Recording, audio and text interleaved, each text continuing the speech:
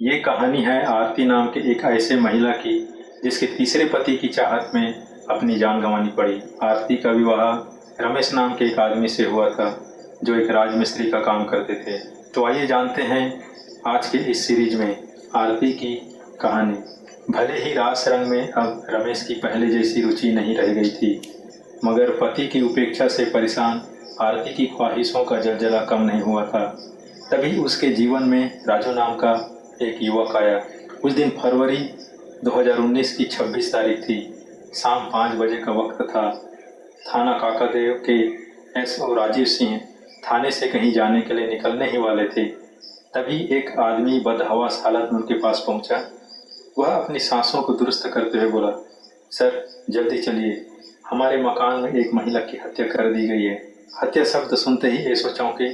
उन्होंने उस व्यक्ति से पूछा, महिला की हत्या किसने की, पूरी बात बताओ मुझे। सर मेरा नाम अमित राजपूत है और मैं मुतैयापुरवा में रहता हूँ। मेरे मकान में राजू नाम का युवक किराए पर रहता था। उसी ने अपनी पत्नी आरती की हत्या कर दी और फरार हो गया है। एसओ राजीव सिंह जिस काम के लिए निकलने वाले थे वहां जाने के बजाय वह अमित राजपूत को साथ लेकर उसके गांव मुतैयापुरवा के लिए निकल गए। मौके पर निकलने से पहले उन्होंने हत्या की जानकारी अपने उच्च अधिकारियों को दे दी थी। जब वह अमित को लेकर उसके घर पहुंचे तो वहां गांव वालों की भीड़ जुटी हुई थी। जिस कमरे में महिला की लाश पड़ी थी उसके दरवाजे पर ताला पड़ा था। खिड़की से देखा तो महिला की लाश फर्श पर पड़ी दिखाई दी। उसके कपड़े अस्त व्यस्त थे। अमित ने बताया कि इस कमरे में राजू अपनी पत्नी आरती के साथ रहता था। अब राजू लापता है। पुलिस ने वहां मौजूद लोगों की मौजूदगी में दरवाजे का ताला तोड़ा और कमरे का निरीक्षण करने लगे तो वहां टूटी हुई चूड़ियां मिली। इससे पता चला कि मृतिका ने अपनी जान बचाने के लिए विरोध किया था। मृतका की उम्र यही कोई 35 साल थी। लाश के पास ही 3 पेज का एक नोट मिला। यह मृतिका आरती के पति राजू की तरफ से लिखा गया था। उस नोट में राजू ने पत्नी की बेवफाई का जिक्र किया था। इस नोट को पुलिस ने सुरक्षित रख लिया। एसओ राजीव सिंह अभी निरीक्षण कर ही रहे थे कि उसी समय एसपी संजीव सुमन तथा सीओ अजित सिंह चौहान भी वहां पहुंच गए। पुलिस अधिकारियों ने मौके पर फोरेंसिक टीम को भी बुलवा लिया था। टीम ने मौके से जरूरी सबूत जुटाए और उसी दौरान सीओ अजित सिंह ने मकान मालिक अमित राजपूत से पूछताछ की तो उसने बताया कि आरती की हत्या उसके पति राजू ने ही की है। यह बात उसे राजू के दोस्त निर्मल ने बताई थी। एसओ राजीव सिंह को निर्देश दिए कि वह निर्मल श्रीवास्तव को हिरासत में लेकर पूछताछ करें। इसके बाद एसओ ने मौके की कार्रवाई पूरी कर लाश को पोस्टमार्टम के लिए लाला लाजपत राय चिकित्सालय भेज दी। निर्मल श्रीवास्तव भी घटनास्थल पर आ गए। एसओ राजीव सिंह ने उसे हिरासत में ले लिया और पूछताछ के लिए थाने ले आए। पूछताछ करने पर निर्मल ने बताया कि वह राजू का दोस्त है। दोनों साथ काम करते थे। राजू के घर उसका आना जाना था। आते जाते ही राजू की पत्नी से उसके प्रेम संबंध हो गए। कुछ दिनों पहले वह राजू को छोड़कर उसके साथ रहने लगी थी। बाद में दोनों ने प्रेम विवाह कर लिया था। राजू ने आज आरती को किसी बहाने से बुलाया और उसे मार डाला। निर्मल के बयानों से स्पष्ट था कि आरती की हत्या नाजायज रिश्तों के चलते राजू ने ही की थी। अतः एसओ राजीव सिंह ने मकान मालिक अमित राजपूत को वादी बनाकर राजू के खिलाफ धारा 302 आईपीसी के तहत रिपोर्ट दर्ज कर ली। चूँकि वह फरार था इसलिए पुलिस ने उसे ढूंढना शुरू कर दिया। पता चला कि राजू मूल रूप से गोंडा के कटरी बाजार का रहने वाला था। एसपी संजीव सुमन ने एक विशेष टीम गोंडा भेजी। टीम ने गोंडा के कटरी बाजार स्थित राजू के घर पर छापा मारा लेकिन वह घर पर नहीं मिला। इसके बाद पुलिस टीम ने अनेक संभावित स्थानों पर उसे तलाशा लेकिन राजू हाथ नहीं लगा। 4 मार्च 2019 की सुबह 10 बजे एसओ राजीव सिंह को उनके खास मुखबिर से सूचना मिली कि हत्यारूपी राजू इस समय रावतपुर रेलवे स्टेशन पर मौजूद है। सूचना मिलते ही एसओ पुलिस टीम के साथ रावतपुर स्टेशन पहुंच गए। राजू स्टेशन पर मिल गया। वह कहीं जाने के लिए वहां ट्रेन का इंतजार कर रहा था। उसे हिरासत में लेकर राजीव सिंह थाना काकादेव लौट आए। थाने में जब उससे आरती की हत्या के संबंध में पूछा गया तो उसने बड़ी आसानी से आरती की हत्या का जुर्म स्वीकार कर लिया। यही नहीं, उसने घर में छिपा कर रखा गया वह दुपट्टा भी बरामद करा दिया जिससे उसने आरती का गला घोंटा था। राजू से की गई पूछताछ के आधार पर एक ऐसी औरत की कहानी सामने आई जिसने तीसरे पति की चाहत में अपनी जान गंवा दी। उत्तर प्रदेश के हरदोई जिले के संटीला कस्बे से 7 किलोमीटर दूर एक छोटा सा गांव है नैपुरवा। इसी गांव में जयशंकर अपने परिवार के साथ रहता था। उसके परिवार में 3 बेटियां आरती, पार्वती, शांति तथा एक बेटा गौरव था। जयशंकर के पास 3 बीघा खेती की जमीन थी। वह जमीन उपजाऊ थी। इसलिए किसी तरह से उसके घर का गुजारा चल जाता था। जयशंकर की आर्थिक स्थिति तो मजबूत नहीं थी, लेकिन वह व्यवहार कुशल था। जयशंकर की बड़ी बेटी आरती ने गांव के ही जूनियर स्कूल से 8वीं की परीक्षा पास की। वह आगे पढ़ाई करना चाहती थी, लेकिन गांव के माहौल को देखते हुए माँ ने उसे गांव से बाहर पढ़ाने को मना कर दिया। इसके बाद वह माँ के साथ घरेलू काम में हाथ बटाने लगी। समय बीतते आरती सयानी हुई तो वह उसके लिए लड़का देखना शुरू किया, जैसे हर माँ बाप करते हैं। जयशंकर को अपने एक रिश्तेदार के माध्यम से रमेश नाम के युवक के बारे में पता चला। रमेश मूल रूप से गोंडा जिले के गांव रसूलपुर का रहने वाला था। उसके माता पिता की मौत हो चुकी थी। उसका बड़ा भाई उमेश गांव में रहता था, जबकि रमेश लखनऊ शहर में रहता था। वह राजमिस्त्री था। रमेश सावले रंग का जरूर था, लेकिन उसका व्यवहार अच्छा था। जयशंकर ने रमेश को देखकर उसे अपनी बेटी आरती के लिए पसंद कर लिया। हालांकि रमेश की उम्र आरती से काफ़ी ज़्यादा थी, लेकिन अपनी कमज़ोर आर्थिक स्थिति के कारण जयशंकर ने इन बातों पर ज़्यादा ध्यान नहीं दिया। बहरहाल आरती का विवाह रमेश से हो गई। शादी से पहले आरती रमेश से नहीं मिली थी। उसने रमेश को पहले फ़ोटो में ही देखा था। शादी के समय जब उसने पहली बार रमेश को देखा तो उसके अरमानों पर पानी फिर गया। विदा होकर वह ससुराल चली गई, लेकिन वहाँ बेमन से रही। आरती कुछ माह ससुराल में रही, फिर रमेश उसे लखनऊ ले आया। वहाँ गुमती नगर में उसने किराए पर मकान ले रखा था। लखनऊ में वह रमेश के साथ रहने लगी।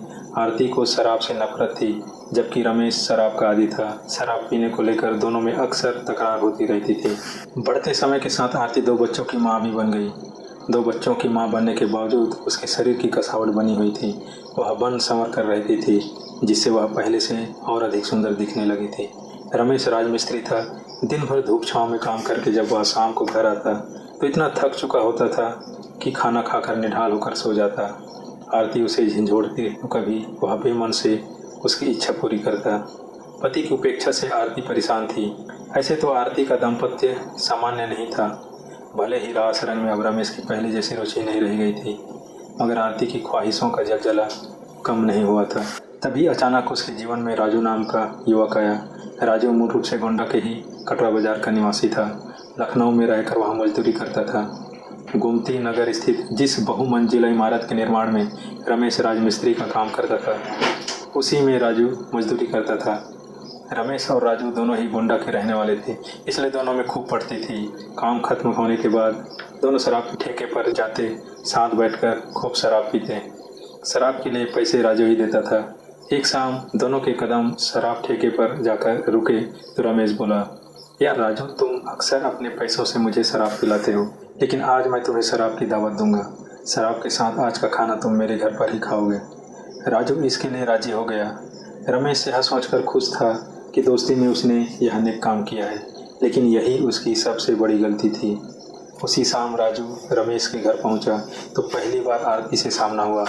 नज़रें मिली, दोनों की नज़रें मिली तो मानो उलझ कर रह गई। राजू के मन में विचार आया कि आरती कहाँ रमेश के पल्ले में पड़ गई। रमेश अधेड़ उम्र का, काला कलूटा और आरती खूबसूरत, इसे तो मेरे नसीब में होना चाहिए था। दूसरी तरफ आरती के दिल में भी राजू को देखकर हलचल मच गई थी। आरती की नज़रों में राजू सच में ऐसा पुरुष था जैसे उसने कल्पना की थी।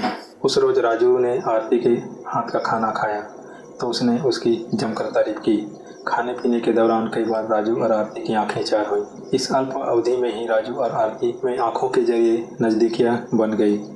दोनों के अंदर आग एक जैसी थी, इसलिए संपर्क बनाए रखने के लिए उन्होंने एक दूसरे के मोबाइल नंबर ले लिए। इसके बाद वे आपस में बातचीत करने लगे। कुछ दिनों तक औपचारिक बात होती रही, फिर यही बातचीत प्यार मोहब्बत तक पहुंच गई। एक दिन दोपहर को राजू मौका निकालकर रमेश के घर जा पहुंचा। उस समय रमेश साइट पर ही था और बच्चे स्कूल गए थे। घर में आरती अकेली थी। आरती के सौंदर्य को देखकर राजू खुद को रोक न सका और उसने आगे बढ़कर आरती को अपनी बाहों में कसकर भर लिया। आरती ने दिखावे के लिए छूटने का प्रयास तो किया, लेकिन छूट न सकी। राजू की बाहों में आरती जो सुख महसूस कर रही थी, वह उस सुख से काफ़ी समय से वंचित थी। उसकी तमन्नाएं अंगड़ाई लेने लगी। फिर वह भी अमरबेल की तरह राजू से लिपट गई। इसके बाद दोनों ने मर्यादाएं लांघकर अपनी हसरतें पूरी की। उस दिन के बाद आरती राजू के प्यार में इतनी ज़्यादा दीवानी हो गई कि वह पति से ज़्यादा प्रेमी राजू का ख्याल रखने लगी। राजू भी अपनी कमाई आरती पर खर्च करने लगा। रमेश शराब का लत्ती था। उसकी इस कमजोरी का राजू ने भरपूर फायदा उठाया। वह हर शाम शराब की बोतल लेकर उसके घर पहुंच जाता। वह खुद कम पीता और रमेश को अधिक पिलाकर नशे में चूर कर देता। जब रमेश सो जाता तब आरती और राजू वासना का खेल खेलते। एक रात रमेश की नींद खुल गई। उसने आरती व राजू को आपत्तिजनक स्थिति में देखा तो क्रोध से आग बबूला हो गया। गाली गलौज कर उसने राजू को भगा दिया। इसके बाद उसने आरती की खूब पिटाई की। मौके की नजाकत भांप कर आरती ने रमेश से वादा किया आइंदा वह राजू से किसी तरह का संबंध नहीं रखेगी। आरती ने पति से यह वादा तो कर लिया, लेकिन 2-4 दिन बाद ही उसे राजू की याद सताने लगी। वहीं राजू को भी चैन नहीं आ रहा था। लिहाजा मौका देखकर आरती राजू को फोन लगा देती और दोनों बात कर लेते। एक दिन रमेश साइट पर गया, लेकिन किसी कारणवश काम बंद था, अतः वह वापस घर पहुंच गया। कमरा अंदर से बंद था। तभी उसे कमरे के अंदर से पत्नी के हंसने की आवाज़ सुनाई दी। उसने दरवाज़ा खुलवाने के बजाय दरवाजे की झिर्री से अंदर झांका तो अंदर का दृश्य देखकर सन्न रह गया।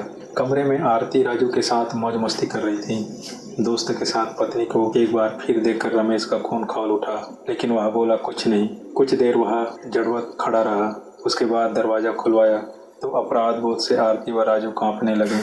दोनों ने रमेश से माफ़ी मांगी पर उसने माफ़ नहीं किया। रमेश ने राजू को फटकार लगाई, आस्तीन के सांप भाग जा वरना मैं तेरा गला घोंट दूंगा। राजू बिना कुछ बोले वहाँ से चला गया।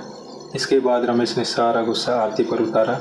वह आरती को तब तक पीटता रहा जब तक वह थक नहीं गया। आरती कई दिन तक चारपाई पर पड़ी रही, लेकिन आरती की इस पिटाई ने आग में घी का काम किया। वह पति से नफरत करने लगी। उसने घर में कलह भी शुरू कर दी। आरती जान गई थी कि अब उसका ऐसे जुर्मी पति के साथ रहना संभव नहीं है। अतः उसने एक दिन राजू से मुलाकात की और उसे बताया कि यदि वह उसे सच्चा प्यार करता है तो उसे अपने साथ ले चले, वरना वह अपनी जान दे देगी। राजू भी यही चाहता था। अतः उसने आरती को समझाया कि वह धैर्य रखे, शीघ्र ही वह उसे अपना जीवन साथी बना लेगा। आश्वासन पाकर आरती बहुत खुश हो गई। आरती अब घर में खुशी खुशी रहने लगी थी। पति की बात भी मानने लगी थी। इतना ही नहीं, उसने घर में लड़ना भी बंद कर दिया था। घर का सारा काम भी वह समय पर पूरा कर लेती थी। पत्नी में आए इस बदलाव से रमेश हैरान हो गया था। वह यही सोच रहा था कि आरती को अपनी गलती का एहसास हो गया है, जिससे वह सुधर गई है। लेकिन एक दिन जब शाम को रमेश घर आया तो बच्चे भूख से बिलबिला रहे थे। पूछने पर बच्चों ने बताया कि वे जब स्कूल से घर वापस आए तो मम्मी घर में नहीं थी।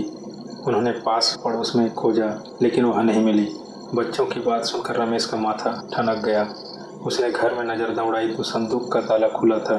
संदूक में रखे पैसे गायब थे। संदूक में रखे आरती के कपड़े भी गायब थे। उसने सोचा कि आरती कहीं बच्चों को छोड़कर भाग गई तो नहीं, लेकिन उसे लगा कि आरती बच्चों को छोड़कर नहीं जा सकती। रमेश के मन में इस तरह के कई विचार आ रहे थे कि तभी उसकी निगाह अलमारी में रखे एक कागज़ पर पड़ी। उस कागज़ को खोलकर रमेश ने पढ़ा तो उसके होश उड़ गए। कागज़ में लिखा था, मैं तुम जैसे राक्षस के साथ ज़िंदगी नहीं बिता सकती, इसलिए राजू के साथ जा रही हूँ। मुझे खोजने की कोशिश मत करना। बच्चे तुमने पैदा किए हैं, इसलिए उन्हें तुम्हारे लिए छोड़ रही हूँ। इधर राजू आरती को साथ लेकर लखनऊ से कानपुर आ गया। वहाँ उसने विजयनगर कच्ची बस्ती में एक मकान किराए पर लेकर आरती के साथ रहने लगा। 1 महीने बाद दोनों ने शास्त्री नगर स्थित काली मंदिर में एक दूसरे को जयमाला पहनाकर प्रेम विवाह कर लिया। प्रेम विवाह करने के बाद दोनों सुखमय जीवन व्यतीत करने लगे। राजू और आरती दोनों एक दूसरे को अटूट चाहते थे। राजू आरती को हर तरह से खुश रखने की कोशिश करता था। आरती भी अपने दूसरे पति का भरपूर ख्याल रखती थी। हंसी खुशी 3 साल बीत गए। उसके बाद आरती का मन राजू से भर गया। अब वह राजू से दूरियां बनाने लगी। दरअसल राजू की आर्थिक स्थिति अब कमज़ोर हो गई थी। उसकी कमाई का आधा हिस्सा आरती अपने श्रृंगार व कपड़ों पर ही खर्च कर देती थी। फिर मकान का किराया और गृहस्थी के अन्य जरूरी खर्चों की वजह से पैसे का अभाव हो जाता था। इसे लेकर आरती और राजू में झगड़ा होने लगा था। राजू का एक दोस्त निर्मल श्रीवास्तव था। वह भी राजू के साथ मजदूरी करता था। दोनों में खूब पड़ती थी। कभी कभी शाम को राजू के घर दोनों की महफिल भी जम जाया करती थी। वह राजू की आर्थिक मदद भी करता रहता था, इसलिए राजू निर्मल के एहसानों तले दबा रहता था। निर्मल आरती को मन ही मन चाहता था। लेकिन आरती से अपनी बात नहीं कह पाता था। कहते हैं औरत की निगाह पार की होती है। आरती जानती थी कि निर्मल उसे मन ही मन चाहता है, अतः आरती ने अपने कदम निर्मल की तरफ बढ़ा दिए। आरती निर्मल के साथ होने वाली हंसी मजाक की सीमाएं भी लांघने लगी। निर्मल श्रीवास्तव कमाता तो था, लेकिन तन्हा जिंदगी व्यतीत कर रहा था। उसे औरत की कमी खलती थी, वह अकेलापन महसूस करता था। आरती ने जब उसे भाव देना शुरू किया तो वह आरती से प्रेम करने में डूबता चला गया। निर्मल ने अब राजू की गैर मौजूदगी में भी उसके घर आना शुरू कर दिया। निर्मल जब भी आता आरती के लिए कुछ न कुछ गिफ्ट जरूर लाता। एक दोपहर निर्मल घर आया तो उसने आते ही आरती को अपनी बाहों में भर लिया और प्रणय निवेदन करने लगा। आरती उसकी बाहों में कसमसाते हुए बोली, बाहर का दरवाज़ा खुला है, कोई देख लेगा तो बिना मतलब फजीहत हो जाएगी। निर्मल ने आरती को बाहुपास से मुक्त किया और बाहर का दरवाज़ा बंद कर फिर उसे बाहों में जकड़ लिया। आरती भी निर्मल का साथ देने लगी। इसके बाद दोनों ने अपनी हसरतें पूरी की। इसके बाद निर्मल और आरती का मिलन अक्सर होने लगा। आरती निर्मल की ऐसी दीवानी बन गई कि उसने उसे तीसरे पति के रूप में चुन लिया। यही नहीं, उसने राजू को बिना बताए कामेश्वर मंदिर विजयनगर में निर्मल से प्रेम विवाह भी कर लिया। अब आरती और निर्मल गुपचुप तरीके से पति पत्नी की तरह रहने लगे। राजू को जब निर्मल और आरती के संबंधों की बात पता चली तो उसका गुस्सा 7वें आसमान पर पहुंच गया और उसने आरती की जमकर पिटाई कर दी तथा निर्मल को भी भला बुरा कहकर भगा दिया। इसके बाद राजू ने विजयनगर वाला मकान छोड़ दिया और काकादेव थाना अंतर्गत मतैयापुरवा में अमित राजपूत के मकान में किराए पर रहने लगा। यह बात अगस्त सन 2018 की है। आरती राजू के साथ मतैयापुरवा वाले मकान में रहने जरूर लगी, लेकिन उसने निर्मल का साथ नहीं छोड़ा था। राजू घर से काम पर चला जाता तो आरती सज संवर कर निर्मल के पास पहुंच जाती, फिर मौज मस्ती कर वापस आ जाती। राजू को आरती पर शक होने लगा था, इसलिए निर्मल को लेकर दोनों में अक्सर झगड़ा होने लगा था। झगड़े के दौरान ही एक दिन आरती ने बता दिया कि उसने निर्मल से शादी कर लिया है और अब वह निर्मल की पत्नी बनकर उसके साथ ही रहेगी। आरती की बात सुनकर राजू सन्न रह गया। उसने आरती को बहुत समझाया, लेकिन वह नहीं मानी। इसके बाद वह राजू का साथ छोड़कर निर्मल के साथ विजयनगर में रहने लगी। पत्नी की बेवफाई से राजू टूट चुका था। वह परेशान रहने लगा तथा शराब भी ज़्यादा पीने लगा था। पत्नी की बेवफाई में उसने कई पत्र लिखे। आखिर में राजू ने आरती को बेवफाई की सज़ा देने का निश्चय कर लिया था। 26 फरवरी 2019 की दोपहर राजू ने आरती से मोबाइल पर बात की और उसके घर आने का आग्रह किया। आरती ने तो पहले मना कर दिया, लेकिन राजू के बार बार आग्रह से वह पिघल गई। आरती राजू के मतैयापुरवा वाले कमरे पर पहुंची। राजू ने आरती को मनाकर फिर से उसकी ज़िंदगी में लौट आने की, लेकिन आरती ने दो टूक जवाब दे दिया। इसके बाद बेवफाई को लेकर आरती और राजू में तीखी बहस शुरू हो गई। इसी बहस के दौरान राजू अचानक ही दुपट्टे से आरती का गला कसने लगा। बचाव में आरती की चूड़ियाँ भी टूट गई और कपड़े भी अस्त व्यस्त हो गए। आरती ने जान बचाने की पूरी कोशिश की, लेकिन सफल नहीं हो सकी। राजू के हाथ तभी ढीले पड़े जब उसने आरती का काम तमाम कर दिया। आरती की हत्या के बाद राजू ने निर्मल को फ़ोन के जरिए जानकारी दी कि उसने आरती को मार दिया है, उसकी लाश उसके कमरे में पड़ी है, आकर लाश लेकर चले जाए। इसके बाद राजू कमरे में ताला लगाकर फरार हो गया। इधर निर्मल बदहवास हालत में राजू के कमरे पर पहुंचा तो कमरे में ताला लगा था। उसने खिड़की से झांक कर देखा तो आरती की लाश पड़ी थी। निर्मल ने शोर मचाया तो मकान मालिक अमित कुमार आ गया। इसके बाद अमित कुमार थाना काकादेव पहुंचा और आरती की हत्या की सूचना दी। सूचना पाते ही थाना प्रभारी राजीव सिंह घटनास्थल पर पहुंचे और शव को कब्जे में लेकर जांच शुरू कर दी। 3 मार्च 2019 को थाना काकादेव पुलिस ने अभियुक्त राजू को कानपुर कोर्ट में रिमांड पर भेजकर मजिस्ट्रेट के समक्ष पेश किया, जहां से उसे जिला कारागार भेज दिया गया। मृतका आरती के प्रेमी निर्मल श्रीवास्तव का हत्या में कोई हाथ नहीं था, इसलिए पुलिस ने उसे बाइज्जत छोड़ दिया।